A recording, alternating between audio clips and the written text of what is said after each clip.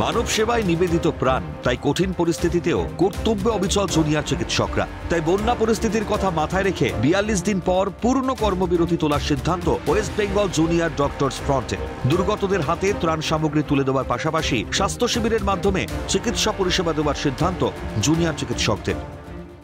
বন্যা দুর্গত এলাকা, সেখানে আমাদের যে অভয়া ক্লিনিক অলরেডি চলছিল, আমাদের ক্যাম্প, আমরা বিভিন্ন জায়গায় এখন পর্যন্ত অভয়া ক্লিনিক করেছি।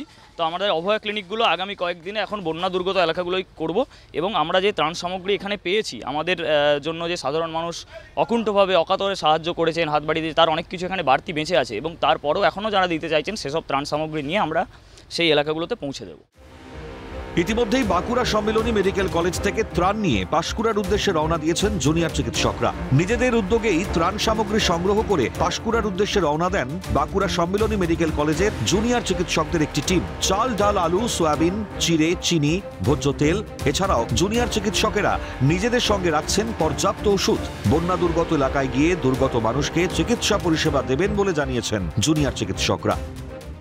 আমাদের বাঁকুড়া মেডিকেল কলেজের পক্ষ থেকে আমরা চেষ্টা করছি যতদূর সম্ভব। আমরা প্রায় 400 থেকে 500 জনসাধারণ বা ফ্যামিলি যেভাবে যাকে আইডেন্টিফাই করা যায়, আমরা বিভিন্ন খাদ্য সামগ্রী, সাথে মেডিসিনস, স্যানিটারি ন্যাপকিন, চাল, ডাল, শুকনো খাবার, পাউরুটি, মুড়ি, চিনি, এভরিথিং যতটা সম্ভব আমাদের খুব শর্ট নোটিশের মধ্যে আমরা বিএসএমসিয়ানরা যারা আছি, ডক্টরসরা, তাদের হেল্পে, পুরোপুরি তাদের হেল্পে, নিজেদের উদ্যোগে আমরা যাচ্ছি বন্যা দুর্গতদের পাশে। খাবারের মধ্যে মোটামুটি আপনার চাল, ডাল, আলু, চিড়ে, চিনি, তাছাড়া মেডিসিনস, তেল, এইসব ওদেরকে প্রোভাইড করছি।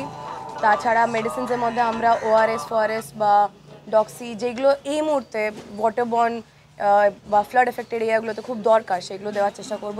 তো যতটা পারি চেষ্টা করবে। অভয়া ক্লিনিক আমরা করতে চাই তাছাড়া সাথে সাথে, তো সেটার জন্য আমাদের লোকজন থাকবে।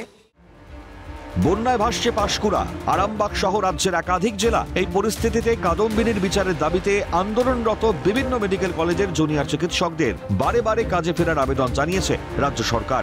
দফায় দফায় দ্বিপাক্ষিক আলোচনার পর রাজ্যের জুনিয়র চিকিৎসকরা শনিবার থেকে কাজে ফিরছেন। তবে তিলোত্তমার বিচারের দাবিতে তাদের আন্দোলন যে চলবে তা স্পষ্টতই জানিয়েছেন জুনিয়র চিকিৎসকরা। সেই আন্দোলন জারি রেখেই এবার রাজ্যের বন্যা দুর্গতদের পাশে দাঁড়ানোর এই উদ্যোগকে সাধুবাদ সহনাগরিকদের। ক্যামেরায় নিখিল দাসের সঙ্গে অয়ন শর্মা ও স্বরূপ রায়ের রিপোর্ট, ক্যালকাটা নিউজ।